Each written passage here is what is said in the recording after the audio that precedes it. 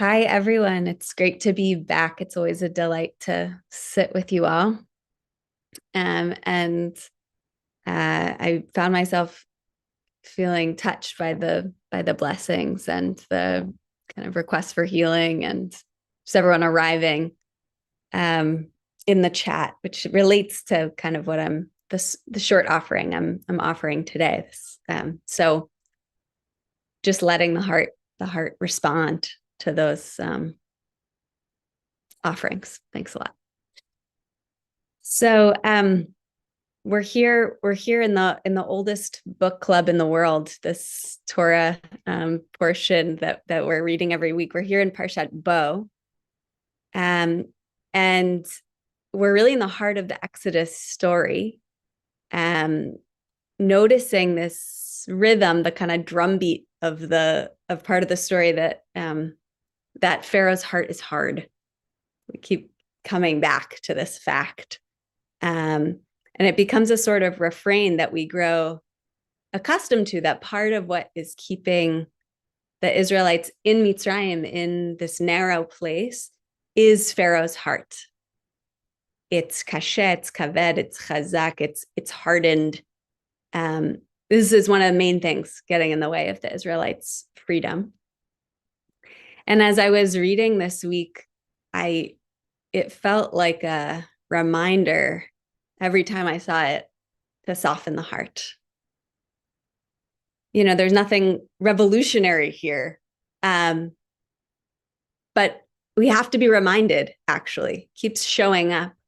I wonder if it's in there so many times because, as we know from our mindfulness practice, softening the heart is a practice. It's not just an idea, but it requires these gentle reminders to actually feel into the felt sense of a soft heart, not the concept, but how it actually feels in the body. So we get this instruction over and over again, much the way we do in our own minds when we're sitting, kind of coaching ourselves to soften the heart, that freedom requires this soft heart. And so when we're experiencing aversion, I've been thinking about Pharaoh's hardening as a sort of aversion. It's a no to reality. Something is happening that I don't like. And I resist the way things are. That freedom is going to come, or that I'm being asked to set these people free. No to that, no to reality, and the heart gets hard. And so a soft heart is maybe one that relaxes into the way things are. So similarly in our practice, instead of trying to dominate our minds or to force ourselves or others to be a certain way, force reality to conform to something that it's not, we find freedom in the moment where we soften into the way things are, allow things to be exactly as they are. So this is the posture that I want to kind of invite in, hopefully experience, get a taste of today, is the softening of the heart. That's part of meditation practice. And I'll say one more thing about it before we sit together, which is that mindfulness is sometimes defined as loving awareness. Jack Kornfield talks about it this way, loving awareness. And I like it because it names both attention and the flavor of the attention. This quality of compassion or tenderness, ease, softness, that meets awakeness. And it reminded me, hearing that definition this week of loving awareness, of a part in Psalm 85, where emet, truth, which we might see as awareness, like truth of the way things are, coming into contact with that, meets chesed, loving kindness. Chesed ve'emet nifgashu. Right? So this is a psalm written in the depths of despair. We're like, how long will we experience suffering and constriction God is their freedom. And then there's this vision of a better world, and it's chesed, loving kindness, and emet, mindfulness together. Um, so that's the kind of energy I think we're inviting in as we study constriction in Parshat Bo, the hard heart that creates the conditions of constriction, and a softening that might lead to liberation. So we'll sit together a little bit. If you want to find a comfortable enough place to become still.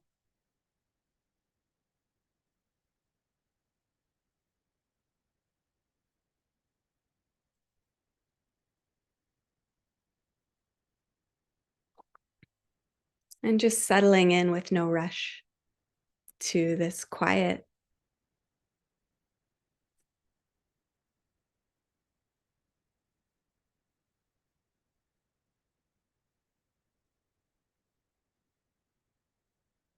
You might take 2 or 3 deep breaths.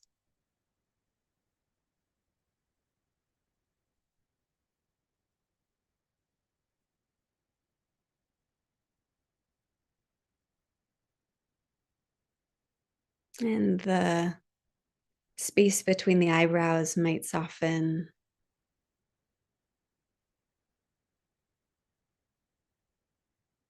The jaw might soften.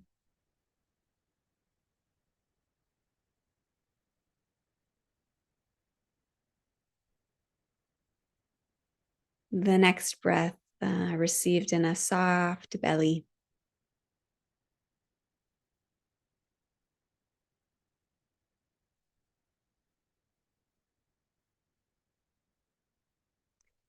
Never insisting, but just inviting the softness,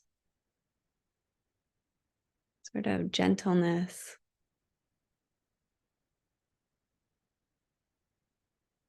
That might arise on its own.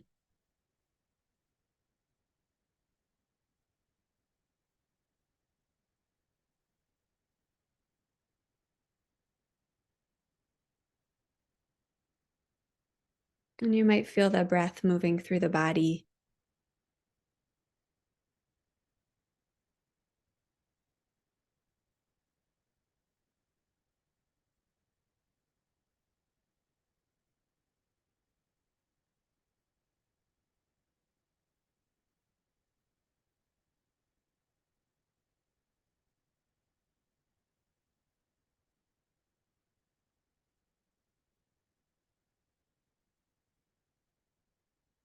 And just noticing the breath at the belly or the chest, doing its work without any effort from you.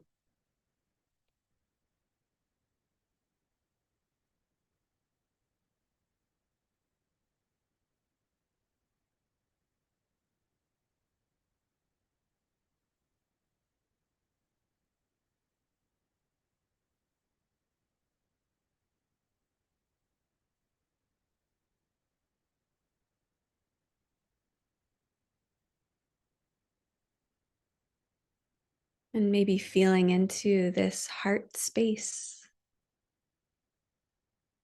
And actually gently just touching in there with the awareness.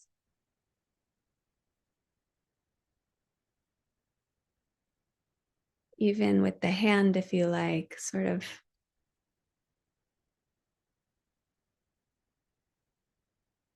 offering some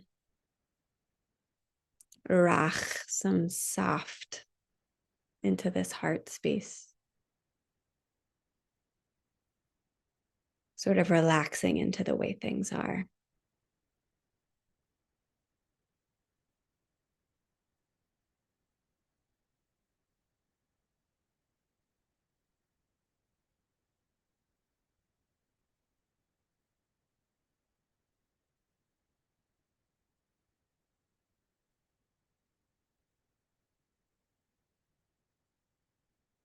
And as the breath comes and goes, and thoughts come and go, body sensations too, they're going to come and go. Sounds inside and outside of the room will come and go. And amidst all this impermanence,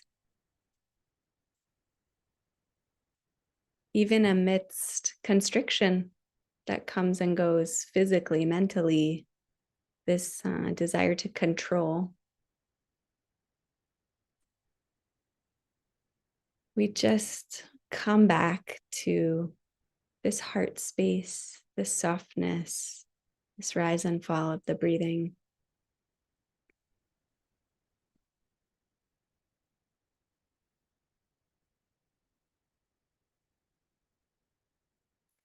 Not yanking the attention back, but actually softening. Each time we come back, it's softer and softer. Welcome home.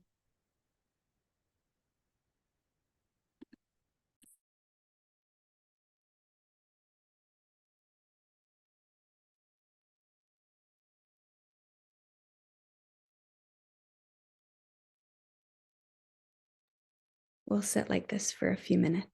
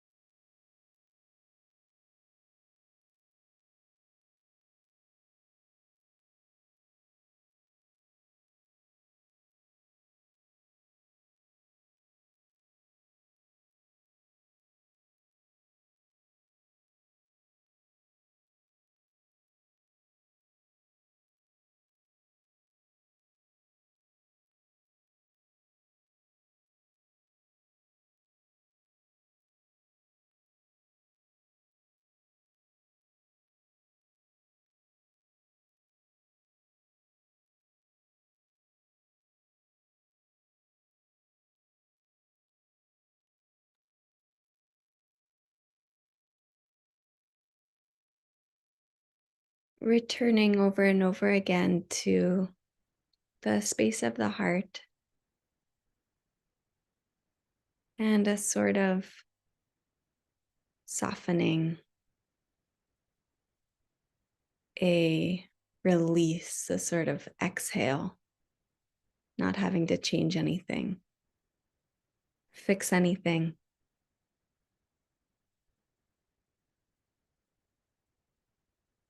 Just present with this heart.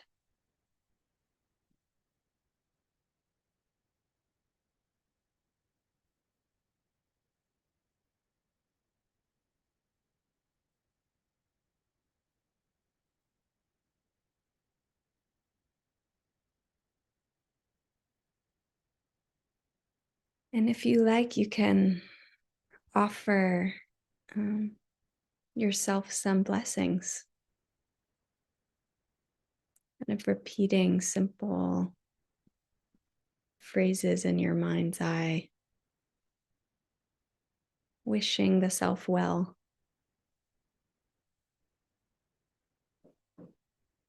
May I be blessed with ease.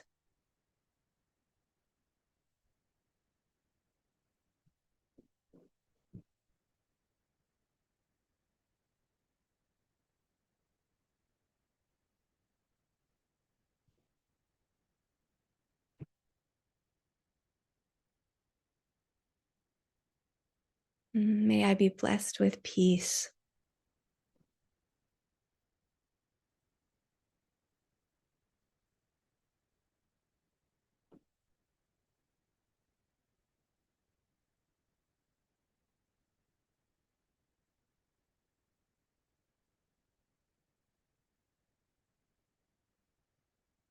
May I be blessed with happiness, just as I am.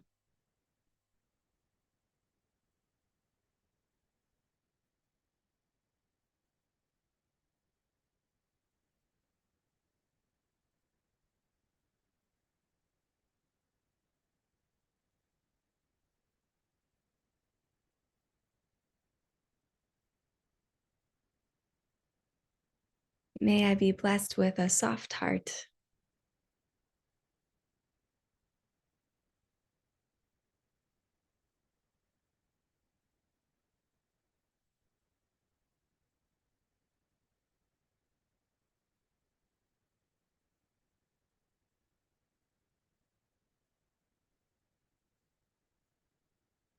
I'm just sinking into these intentions.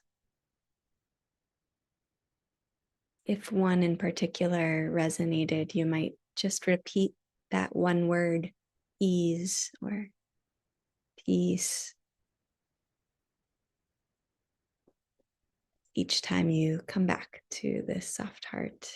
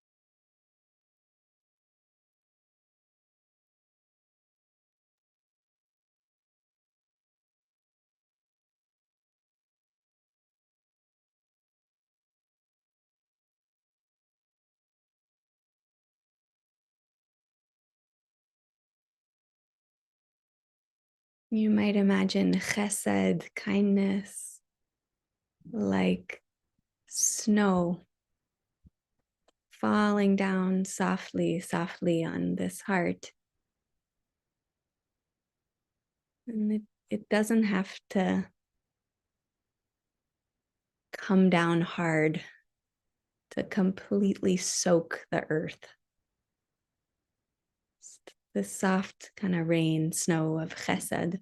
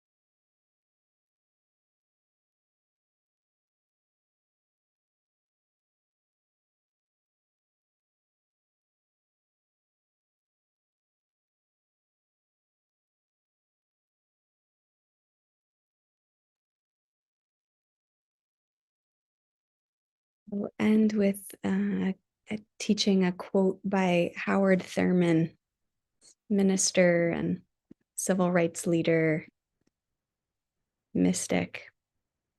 He says, "I want to be more loving in my heart."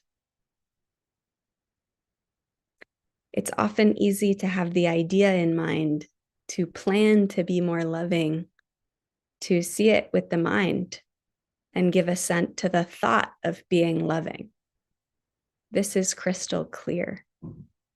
But I want to be more loving in my heart. I must feel like loving. I must ease the tension in my heart that ejects the sharp barb, the stinging word. I want to be more loving in my heart, that with unconscious awareness and deliberate intent, I shall be a kind, a gracious human being. Those who walk the path with me may find it easier to be loving, to be gracious because of the love of God, which is increasingly expressed in my living. I want to be more loving in my heart.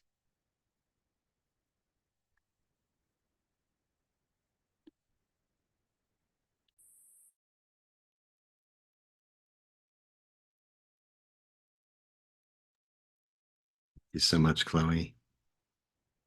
Beautiful practice and a beautiful ending. Thank you so much. And we seal the practice as we do each day, offering those of you who are in mourning or observing the yard site to recite Kaddish now. If you're not reciting Kaddish, we ask that you please stay present. For those who are, until we conclude, for your chesed, your loving support. For those who are in mourning, you could put the name or names of anyone that you're honoring today in the chat now. I'm saying Kaddish for my grandfather tonight, and tomorrow, Morris Margolius. And you're welcome to put the name or names of those you're remembering in the chat now or after we recite Kaddish. And if you're doing so, I invite you to join me by rising in body or in spirit. And you can unmute at this time. Yitkadal, Yikadash Shemei Rabbah,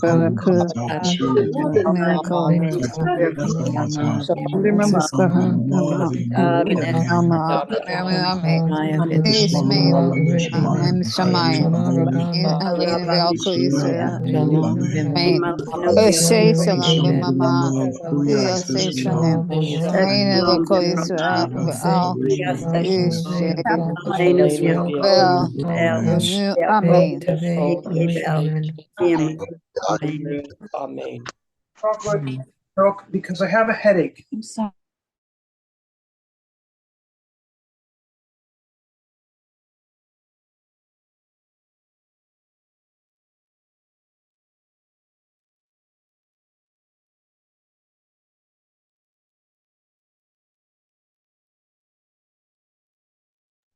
Thanks. I was muted that whole time.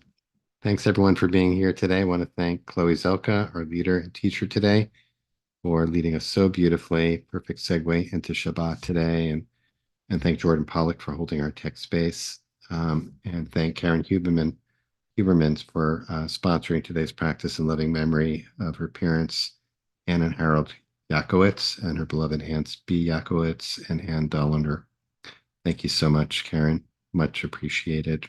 And may their memories be a blessing always.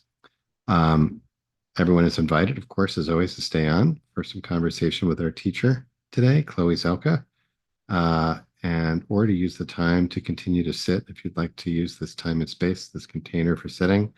And if you're leaving us now, I want to wish you Shabbat Shalom and invite you to join us next week for our week-long series on practicing with the elements with Rebecca Schistler of the IJS faculty.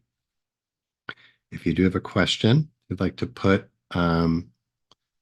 to Chloe, please put it in the chat and preface it by writing in all caps question. Makes it a little bit easier. And I will keep an eye on that. Chloe, this was just so beautiful. Thank you. And what came up for me, I also really appreciated integrating the snow as chesed. It was lovely. As I sit here looking at snow falling. Me too. Yeah, we're in the same vibe here. So, what came up for me, this idea of Pharaoh as representing the aspect of ourselves that resists reality. I guess I want to ask you to restate that, but what I heard you say was, you can correct or amend if I didn't get it right, but that Pharaoh kind of represents the aspects of ourselves that is resistant to things being as they are. That pretty much it. Yeah. Yeah, I mean, I think that was more elegantly and kind of succinctly stated than the way I stated it. But yeah, that I don't know about that, but anyway, yes. So, which I feel like is a great segue into Shabbat, because Shabbat is kind of shifting into this mode of being with things as they are, not resisting it, but even more than that, kind of embracing things as they are, celebrating it, feeling appreciation. And that's like one pole of Judaism. And then, of course, there's the other pole, which everyone is familiar with, which might be predominant for most people, which is, I thought Judaism is about resisting things as they are, right? It's all about tikkun olam. It's all about fixing and improving and moving things forward and not accepting things as they are. At least that's where I came. Yeah. That's where I came from originally. This whole idea of accepting things as they are was not part of my Jewish upbringing or way of or mode. And there's an interplay between the two, obviously. Like the 6 days of the week are really that time for it. Yes, exactly. Right. So I'm just thinking about, I just want to throw this out to you. Like maybe it was interesting to think about that Pharaoh, what Pharaoh represents in certain situations being problematic, this resistance to things being as they are. Or like the other side of the coin is resistant to things unfolding as they need to unfold, right? Not moving along with it. So I just wonder what you thought about that. That's a really interesting question. I mean, I think in some ways it's kind of it's like the question maybe of spiritual practice is like binary or sort of like spectrum between action and contemplation, or between um Mhm. yeah, like acceptance and change, or I mean, many ways to love and justice is one way to frame it. I mean, there, yeah, but, and I feel like really it's a question that like I live into in practice. Mhm. I think the great teachers, like I'm thinking about Heschel and Thich Nhat Hanh Mhm. and King and like many others, are really adept like seeing the way it's a false binary in some way, or that they Mhm. are actually, it is like emet and chesed meeting, Right. like there's some way in which in the transcendent they're not separate. Right. And I'll say that like in the relative world, I often experience them as separate. And the only way I've Mhm. solved the question is actually in experience. It's not by thinking out what's right. It's in the interplay between lived Shabbat and week, and in the interplay between what actually happens if I try to change what is happening in my practice, as Mhm. opposed to when I accept it. And when I accept it, I watch it change. When I Mhm. try to change it, it often stays the same and hurts. So I don't know how to solve it intellectually, but Right. in experience, it's, you can see the ways in which they're not opposed. Yeah. Yeah. Totally. You're right. And it isn't, I think it's paradoxical, so we can't really solve it intellectually. We could just kind of intuit that there's a truth there. Um, I'm reading through the questions, a lot of good questions, so I'm trying to Sure. synthesize them in some way here. But that quote, the Howard Thurman quote at the end was really so beautiful. And I just wanted to actually invite you to drosh a little bit on what do you think? What do you think he means by I want to, what is it? You want to be, I want to be loving in my heart, More right? loving in my heart. More Yeah. loving in my heart. And the softening of the heart. There's a question that came in, one of the questions, which, is certainly timely about like in hard times, like, challenging times like this, right? Where there's so much fear, pain, anger, etc. There is this hardening, and the question, the challenge is, maybe it's a personal question for you, like, how do you, I'm going to tie it together with the question with Howard about Howard Thurman is, how do you actually soften your heart in that moment? Like when you notice that happening, like, you read something and it really, Yeah. it's very sets you off, or like, either makes you very fearful, makes you very angry, or you were thinking about something that's happening right now. Um,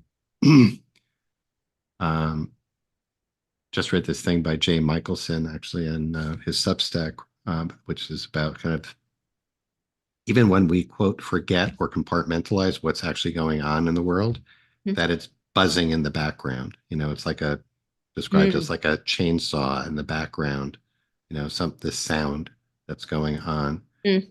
How do we, with that awareness of something that's, painful and hard, and that, you know, creates this clenching, what do you do? How do you do it? Yeah. Um, I mean, I try to uh, stay with the heart Mhm. instead of going somewhere else. Because I feel like what happens for me is that I see something. The heart gets exhausted by just like imbibing so much challenge and Mhm. suffering, Mhm. and like wants to close, but instead of then feeling the pain of the closing, Mhm. I go to thinking and thoughts about what, like, and really like intellect and ideas, and I'm going to fix it in this way, it's not fixable in this way, like uh and if I can just come back and stay, if like my anchor in my life is here, then I can tend to this instead of getting confused.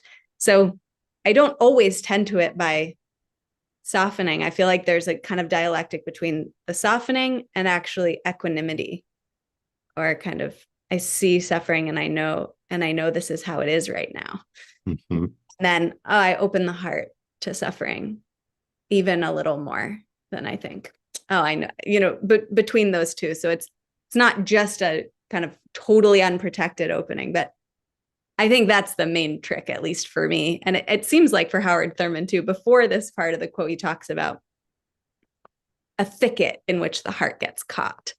Oh, wow. It's ideas. It's like, it's something like how natural it seems to give as good as I get. No one can run over me. Mm-hmm. And he says, this is part of the thicket. And over again, I'm trying to go back to the heart, to softness. So anyway, including the suffering, to being with suffering. Right. That's really beautiful.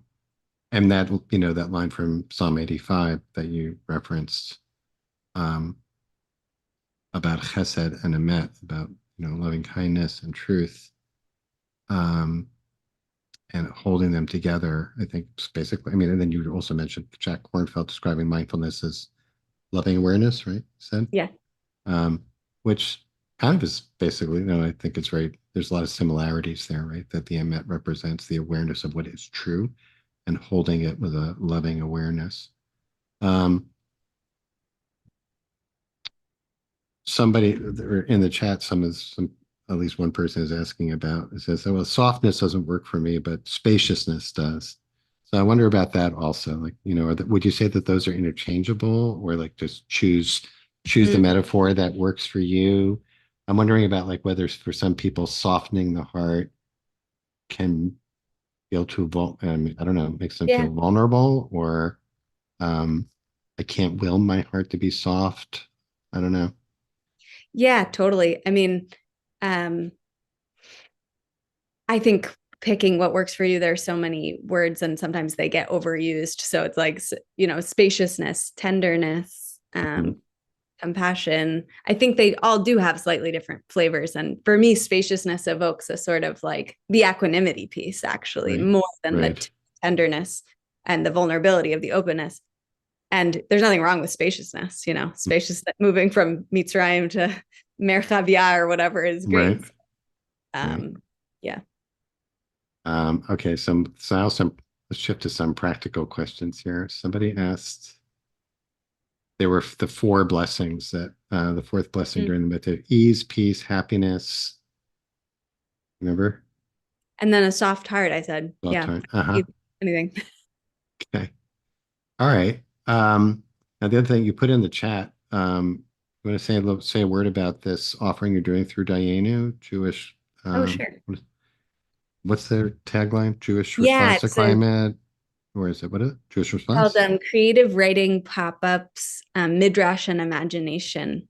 So uh, I'm doing next Tuesday and each Tuesday after that for a month, um, a, a creative practice of kind of writing practice, imagining kind of a just livable future, even Mm, how hard it feels to imagine that right now sometimes, through writing. So mm, we'll look at some midrashim, some untold stories of Torah, um, out of the parshiot, the portions of the Torah that we're reading now, and then that's write together. So um, yeah, the thanks, Mark, for putting it in the chat if you want to that's join. right. Yeah, it sounds fantastic. That's great. All right, why don't we'll close here. Let everybody begin to get your get your cooking ready, whatever you have to do there for Shabbat. May everyone have at least a few moments. I don't think I ever have mentioned, by the way, that Chloe is a student at the Reconstructionist Rabbinical College, and always feels good to know that about the brightness that you're adding to the Jewish present and future, Chloe. So thank you so much. We're blessed to have you be in Thanks, the Mark. rotation here of teaching us. And thanks to Jordan. Thanks to Rachel Hugot, who's joining us to help with our ongoing tech support, who's also joining the team today. Thanks so much, Rachel. Thanks to Jordan, and thanks to Karen for sponsoring our practice today. Just a reminder about next week. I'm really looking forward to Rachel Schisler leading us all week, so we hope you'll join us then. And until then, have a sweet, restorative Shabbat, everyone, and we'll hope to see you next week. Be well.